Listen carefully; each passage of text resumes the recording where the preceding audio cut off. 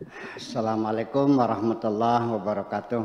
Waalaikumsalam warahmatullahi wabarakatuh. Bismillahirrahmanirrahim. La haula wa la quwata illa billah. Asyhadu an la ilaha illallah wa asyhadu anna Muhammadar Rasulullah. Allahumma salli ala sayyidina Muhammadin wa ala alihi wa sahabatihi ajma'in, ma ba'd. Kepada sahabat-sahabat kita semua yang tergabung dalam PCI ya, itu istimewa ya. Istimewa ya, Tunisia, Maroko, Mesir dan Sudan. Saya ingin memperkenalkan dulu dah. Itu tadi kan dari Pak Hidayatus Sibian mungkin kurang lengkap. Saya ingin sedikit melengkapi bahwa saya ini awalnya berangkat belajar ke luar negeri itu ke Irak pada tahun 1971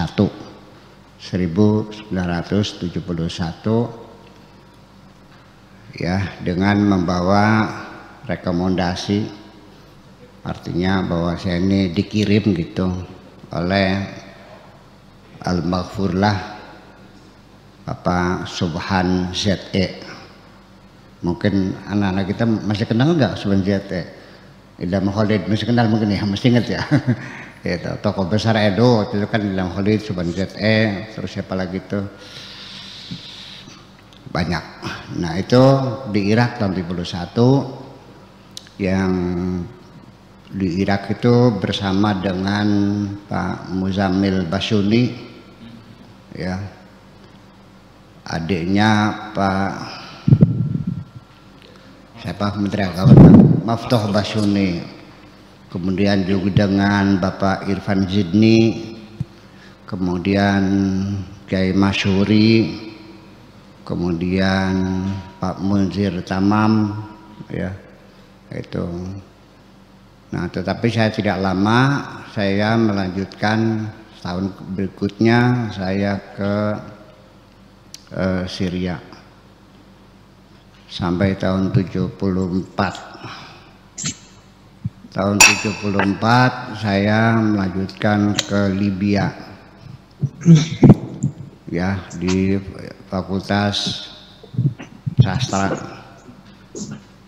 Di situ ada dua jurusan, ada Lughawiyat dan ada Adabiyat.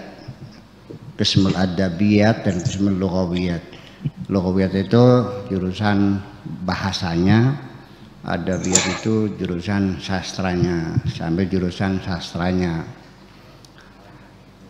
4 tahun saya di Libya, selesai tahun 78.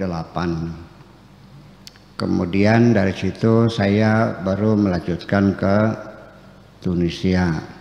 Dan Tunisia itu kedutaan Indonesia baru buka belum lama. Duta besar pertama namanya Bapak Ilen Surya Negara. Kemudian duta yang keduanya Pak Mukhtar Tayyib, adanya Pak Syarif Tayyib, Pak Hadi Tayyib, Gubernur Aceh. Kemudian juga Menteri Pendidikan Indonesia Pak Syarif Tayyib, itu adanya namanya Pak Mukhtar Tayyib, itu duta besarnya. Setelah itu baru Pak Sam Alidrus. Di Tunisia saya belajar di Fakulte de Lettres, apa itu, Fakultas and Human Science, Kuliatul Adab wal Ulumul Insaniyah, Fakultas de Lettres and Human Science. Istilahnya di sana itu al-marhala ats-tsalitsah, troisième siècle. Dosen pembimbing saya itu waktu kita bikin disertasi itu namanya Dr. Abdussalam Msaddi. Beliau kemudian menjadi Menteri Riset di Tunisianya itu. Jadi saya itu di Tunisia adalah mahasiswa yang pertama kali, ya sebelum ada hubungan diplomatik baru dibuka kok. Yang pertama kali yang sekolah di situ dan yang pertama kali lulus. Menyusul 2-3 tahun berikutnya ada 4-5 orang, tapi akhirnya pada pulang karena kesulitan, karena menggunakan dua bahasa Arab dan bahasa Perancis. Saya nggak tahu sekarang di kuliah Zaytunah apakah masih ada mata pelajaran berbahasa Perancisnya atau tidak. Mungkin sekarang pakai bahasa Inggris barangkali ya. Jadi mereka memang kesulitan karena ada beberapa mata pelajaran yang dengan bahasa Perancis. Nah, itulah kira-kira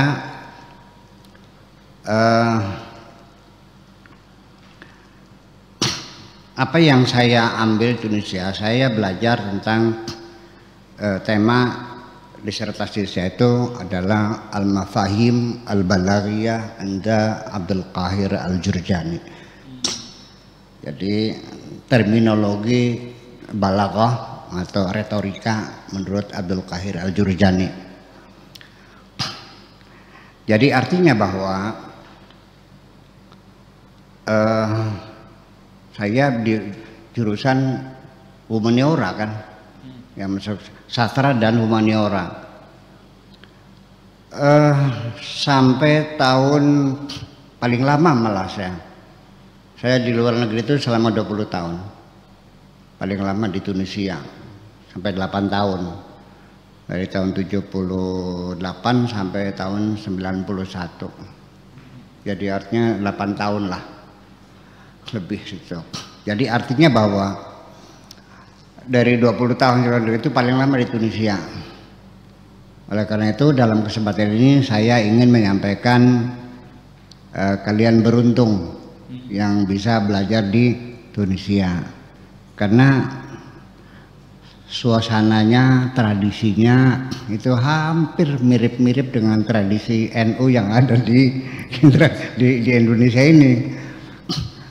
Saya dari mulai Irak, Saudi, Syria, Mesir,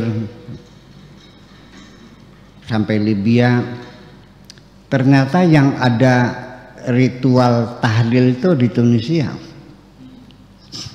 Ya, dan juga acara Maulid Nabi juga besar di sana. Yaitu setiap tentu yang hadir presiden dan kabinet hadir di Masjid Az-Zaytunah itu. Masjidnya apa namanya tuh? Lupa lagi. Di masjid di Tunisia lama ya. Nah itu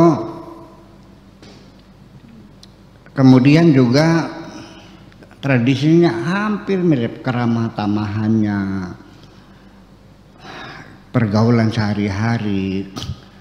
Ya di sana ya orang pakai rok ya biasa kan gitu. Orangnya ramah sekali. Kalau ada hajatan-hajatan itu bikin asidah biasanya ke bulan Maulid itu. Jadi kalau di sini kan apa namanya bulan Suraya, ya itu ada di sana Maulid ada. Kemudian kirim mengirim gitu ada. Kemudian kita bisa bersahabat dengan orang Tunisia biasa. Nah sebagai catatan saya selama 4 tahun di Libya belum pernah masuk ke rumahnya orang Libya. Di kuliahnya sama, bersahabat, tapi belum pernah diajak yuk main ke rumah, nggak ada. Karena tradisinya nggak ada. Sampai pernah juga sekali main masuk ke rumah, dikenalkan dengan istrinya, dengan anak-anaknya, itu karena ada mahasiswa namanya itu ekstranei lah kalau di sini mah. Jadi dia sebagai mahasiswa karena dia jabatan akan diangkat dari kepala dinas pendidikan di satu provinsi gitu di Benghazi. Cuman golongannya masih rendah, dia mesti kuliah lagi, dia daftar kuliah. dia mah hadirnya hanya akhir tahun aja, tetapi dia mengikuti perkuliahan setiap hari.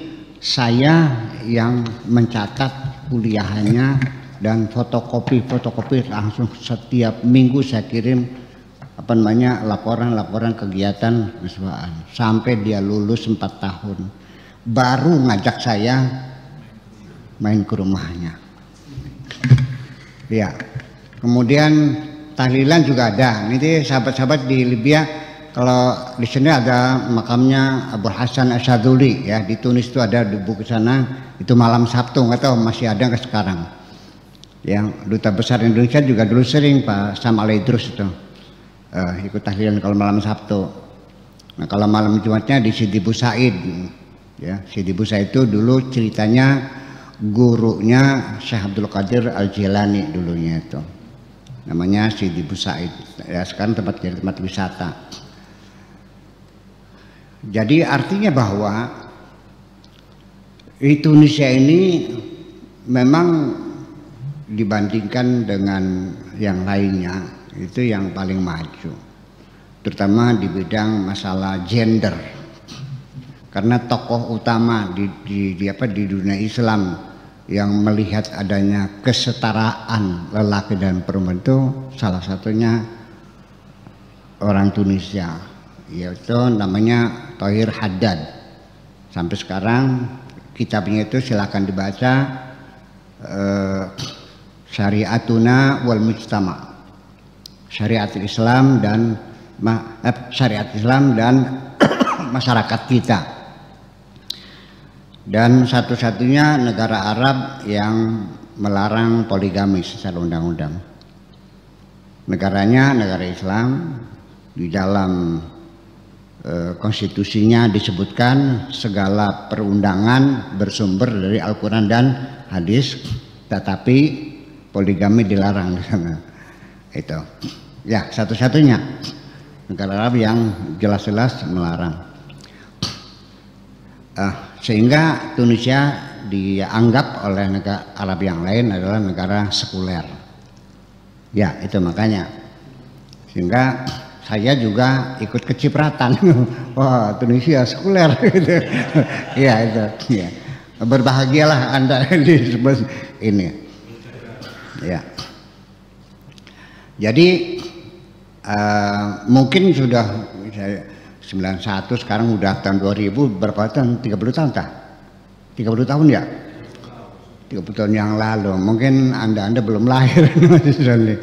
Jadi mungkin sudah berubah semuanya ya, tapi ya makanya tidak banyak berubah. Kemudian di zaman adanya Rabiul Arabi, Arab Spring, di antara Arab Spring atau reformasi lah di Timur Tengah terjadi itu, ternyata hanya Tunisia yang mulus sampai sekarang. Libya sampai sekarang masih perang saudara, Mesir masih gonjang ganjing, Yaman terbakar, Syria porak-poranda, ya Tunisia. Jadi mereka pemikirannya lebih moderat gitu. Kemudian sekarang punya tokoh yang dianggapnya sangat kontroversi sekali oleh dunia Islam, yaitu Yusuf As-Siddiq. Ya, silakan sahabat-sahabat di Tunisia coba buka YouTube-nya Yusuf As-Siddiq. Ya, dia cukup berani dan dia salah seorang pakar yang banyak menerjemahkan buku-buku dari bahasa Yunani kuno. Dia seorang pakar. Ya, saya masih mengikutinya sampai sekarang. Ya, banyak pakar-pakar di Tunisia yang moderat ya. Ya, saya tidak melihat di Tunisia aliran-aliran yang ekstrim itu enggak kok. Mereka lembut persis seperti kita ini. Ada tahlilan, ada marhabana, ada kirim-kiriman gitu ya. Mereka seperti itu. Jadi berbahagialah, itu satu. Anda beruntung. Kemudian juga sangat beruntung sekali sekarang sudah bisa tatap muka, virtual, ada Facebook, ada Twitter, ada apa lagi, ada WA, WhatsApp, Instagram. Dulu saya waktu di Tunisia ingin tahu kabar berita keluarga, kirim surat. Sebulan baru nyampe ke Indonesia, nanti bulan berikutnya baru 2 bulan. Apa kabar? 2 bulan baru baik. Sekarang udah langsung bisa pakai ya keberkahan teknologi ini semuanya kan begitu. Bisa kita ngobrol di tempat yang berbeda-beda pada saat yang sama. Ya, sangat beruntung sekali. Anda tidak mendapat kesulitan untuk mendapatkan informasi berita-berita terkini dari tanah air. Karena bisa buka YouTube, bisa buka segala macam. Dulu saya langganan koran dari Indonesia, ada Tempo, ada Kompas dan sebagainya. Itu koran yang saya terima dari Indonesia itu sudah setengah bulan yang lalu. Iya, begitu. Jadi udah telat kan gitu. Sekarang Anda bisa terus berhubungan. Nah itulah kira-kira saya memperkenalkan diri seperti itu. Kemudian pesan khusus untuk sahabat-sahabat yang sekarang lagi kuliah di sana, saya ingin mengatakan bahwa berorganisasi penting. Karena bagaimanapun dengan ilmu saja tanpa kita bisa membangun komunikasi ya, masyarakat melalui kegiatan organisasi semacam ini ya nantinya kayak kata dalam tempurung nggak namanya kuper. Apa kuper tuh? Kurang pergaulan. Saya katakan penting, maka silahkan. Akan tetapi organisasi kemasyarakatan seperti PCI NU itu kira-kira bisa mendorong semangat Anda belajar. Karena bagaimanapun tugas pokok Anda adalah belajar. Jadi jangan sampai nanti organisasi mengurangi semangat belajar atau mungkin malah mengganggu. Jadi saya harapkan kira-kira kegiatan berorganisasi masyarakat ini mendorong kita semangat semakin belajar. Sebab nanti bagaimanapun ketika kalian pulang Indonesia, yang pertama ditanya mana ijazahnya. Betul nggak kira-kira begitu? Betul. Ya.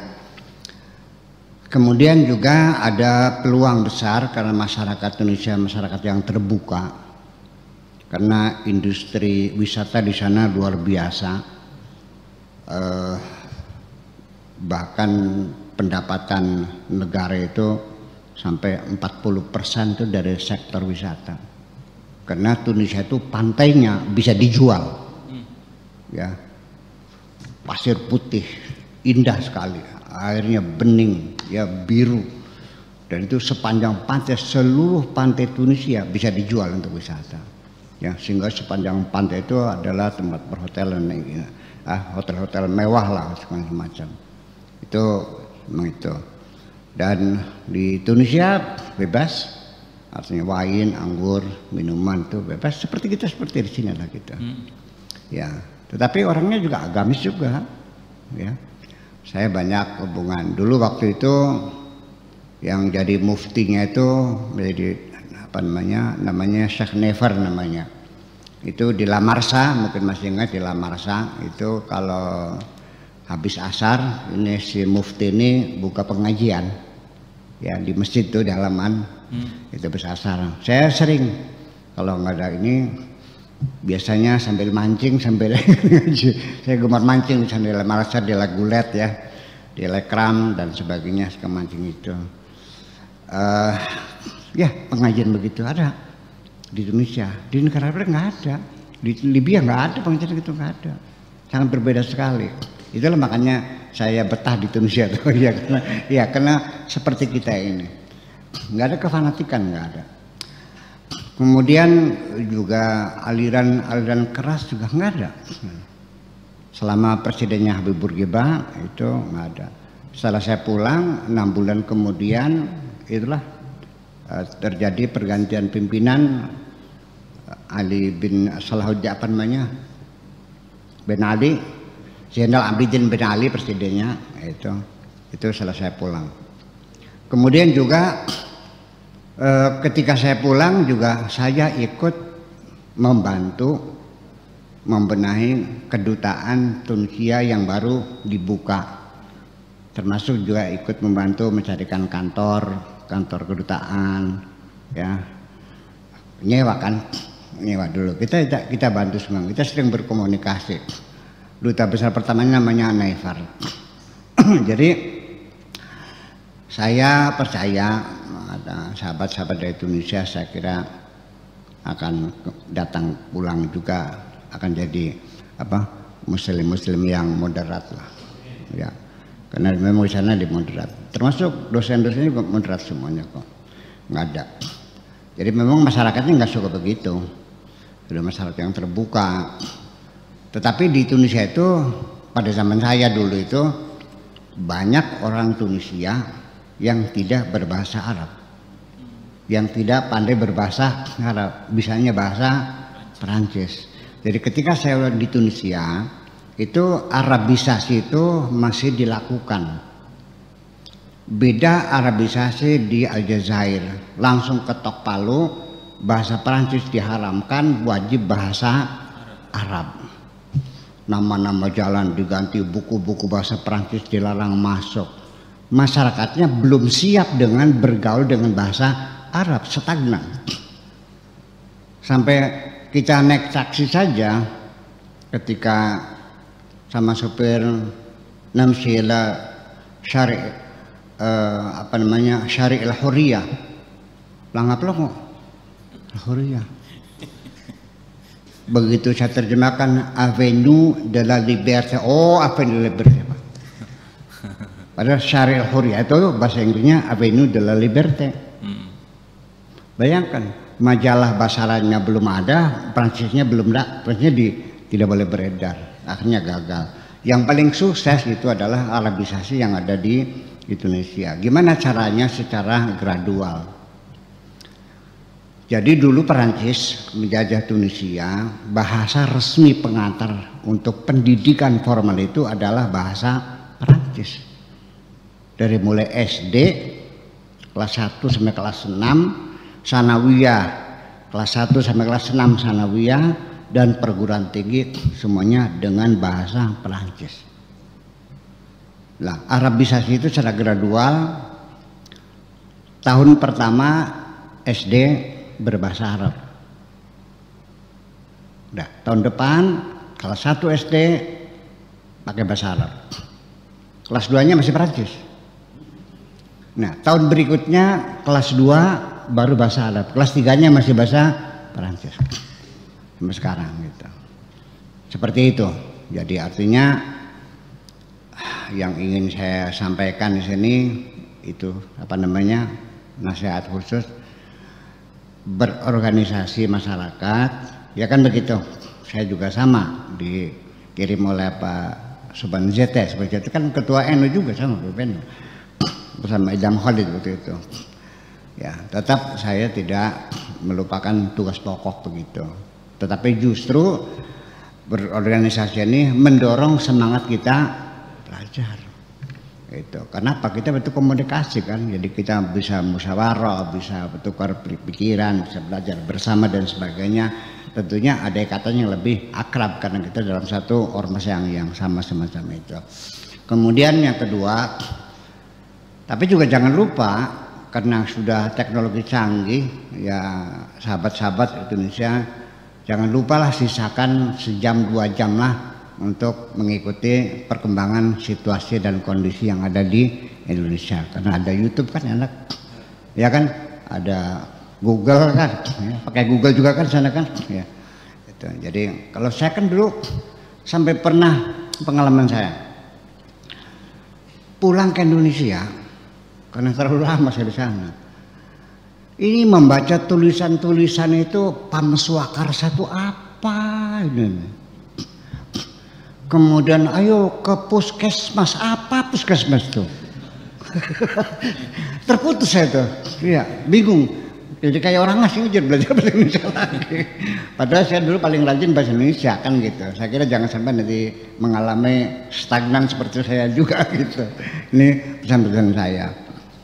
Kemudian persoalan tentang Islam radikal kembali itu yang dimintanya ini. Saya kira begini aja lah.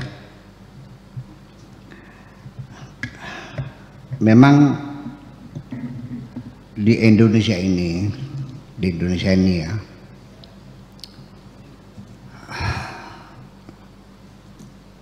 belum pernah konflik horizontal antara sesama umat Islam, belum. Baru saling salah menyalahkan, sebatas bertengkar, ya kan? Kafir, bid'ah, musyrik, itu aja, tapi belum saling bunuh-membunuh. Tetapi kita juga tidak menyalahkan siapapun, ini kembali kepada sejarah. Bagaimana nanti silakan, kalau mau didiskusikan silakan didiskusikan. Nanti juga saya baca dalam buku ada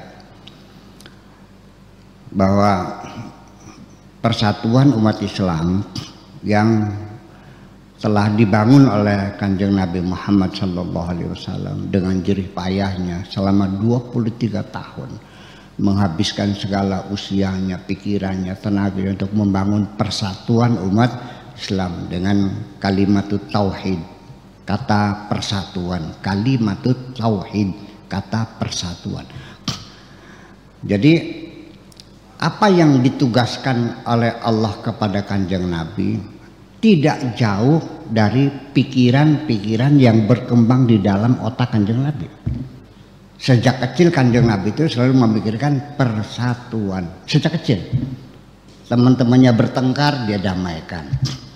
Suami istri sedang hampir cerai, dia intervensi, dinasihati, ya. Sampai usia 25 tahun itu diakui sebagai tokoh pemersatu di Jazirah Arabia waktu itu, karena orang Arab akan pecah gara-gara berebut ingin meletakkan Hajar Aswad. Nabilah salah satu anak muda yang berusia 25 tahun bisa menyelesaikan, menghindari terjadinya perang saudara itu. Jadi Nabi itu sebagai tokoh pemersatu, tokoh gagasan persatuan, sehingga ketika dia dapat wahyu, apa yang ditugaskan kepada Nabi Muhammad tidak jauh dari pikirannya. Yaitulah makanya munculnya visinya adalah kalimatut tauhid. Kalimat itu kata, kalimat. Tauhid itu adalah masdar dari wahada yuwahidu tauhidan. Kalau wahid itu satu, kalau wahada itu mempersatukan, yuwahidu fil mudhari'nya, masdarnya tauhidan. Jadi kalimat tauhid itu maknanya kata persatuan. Simbolnya adalah la ilaha illallah, bahwa yang jadi majikan kita yang sesungguhnya adalah Allah, dan kita semuanya hambanya Allah. Jadi la ilaha illallah itu adalah batu pijak yang paling utama untuk membangun kesetaraan, bahwa kita semuanya sama sebagai hamba. Majikan kita satu-satunya adalah Allah. Itulah maknanya la ilaha illallah. Tetapi nggak tahu akhirnya bahwa kalimat tauhid bunyinya la ilaha illallah. Bukan. Kalimat tauhid la ilaha illallah adalah sebagai simbol, ya, yang menuju pada persatuan. Karena bagaimanapun tidak mungkin Anda mempersatukan kalau tidak ada kesetaraan. Mungkin Kak, botol dicampur dengan endong, dengan telur. Mungkin enggak batu dicampur dengan kertas. Jadi kesetaraan itu penting makanya. Oke. Walhasil Nabi Muhammad berhasil membangun kalimatut tauhid di Jazirah Arabia. Selesai selama 23 tahun. Akan tetapi gitu, begitu Nabi Muhammad meninggal dunia, pada detik pertama Nabi meninggal dunia, persatuan umat Islam sudah pecah kongsi. Dan sampai sekarang Pecah kongsinya bukan hanya hina menghina, ejak mengejek, wadan-wadanan, tidak, saling bunuh membunuh dan semuanya menjadi korban. Jadi kita mesti sadar posisi historis kita seperti ini. Supaya kita jangan bicara muluk-muluk, ya dong. Udah pecah kongsi kok. Begitu Abu Bakar jadi khalifah, gerakan pemurtadan menolak zakat sudah tersebar di mana-mana, terjadi perang Harbur Riddah, ya kan? Keluarga Nabi, keluarga ini, wah sudah sampai akhirnya Khulafa Rasyidin itu banjir darah, berdarah-darah kita mengawal persatuan itu. Abu Bakarnya mati diracun, Umarnya mati ditusuk, betul nggak? Utsmannya mati dibacak, betul nggak? Sayyidina Ali mati digebukin, betul enggak? Istrinya mati digencet, betul enggak? Anaknya disembelih, betul enggak? Dan sampai pindah ke Daulah Umayyah juga sama, sampai ke Abbasiyah dan seterusnya, dan sampai sekarang. Jadi umat Islam itu memang berpotensi itu bertengkar, kecuali di Indonesia. Tahu sebabnya apa? Karena mayoritas orang NU. Itu ya. Jadi ya makanya sekarang orang NU tugasmu yang paling penting coba bagaimana Anda mempertahankan sebagai kelompok mayoritas. Iya. Nah itulah gitu. Jadi ya kenapa? Santun. NU itu santun. Itu kelompok masyarakat Islam yang berbaur dengan tradisi lokal, dengan kearifan lokal, sehingga apa yang disebut dengan Islam Nusantara itu sesungguhnya bukan Islam baru, tapi praktek Islam yang sudah sejak awal dari dai pertama dengan cara pendekatan budaya, dengan kesenian, tidak berbicara masalah hukum-hukum yang selalu menimbulkan pertengkaran. Nah itulah persoalannya. Nah jadi ya artinya bahwa sekalipun mungkin saya belum sepakat 100% dengan istilah Nusantara, tapi saya memahami yang dimaksud dengan Islam Nusantara itu bahwa orang NU bukan bikin Islam baru, tidak. Itu hanya memberi nama. Ya, dakwah Islam itu sejak awal diimplementasikannya seperti itu dan belum ada namanya. Sekarang baru diberi namanya Islam Nusantara. Kayak para kosmolog menemukan satelit baru atau planet baru. Enggak langsung dikasih nama. 50 tahun kemudian baru disebut namanya, oh itu namanya Pluto. Oh ini namanya komet Hale. Nah ini namanya bintang Sirius. Oh ini namanya bintang. Baru kemudian. Jadi Islam Nusantara itu adalah implementasi dari pemahaman Islam yang sifatnya berbaur dengan kearifan lokal yang sudah berlangsung sekian lama dan sekarang baru diberi namanya Islam Nusantara. Jadi jangan beranggapan bahwa apa itu Islam Nusantara. Masa nggak sih nama nggak boleh. Nah makanya tradisi di Jawa di sini, di Indramayu khususnya, kalau anak lahir itu tradisinya harus segera diberi nama. Kalau tidak nanti balapan sama setan. Ini terus ini nanti diberi nama oleh setan. Nah oleh karena itu sementara kita mencari nama yang bagus apa belum ketemu, yang penting asal ada namanya saja. Mau namanya Senang atau Senok atau si Boy terserahlah. Nah nanti setengah bulan kemudian setelah baru ketemu nama cerita baru diberi nama seperti itu, seperti saya kira gitu. Jadi saya kira itulah mungkin pesan-pesan saya kepada sahabat-sahabat yang ada di Indonesia, dan saya doakan semoga kalian sukses semuanya, amin ya rabbal alamin.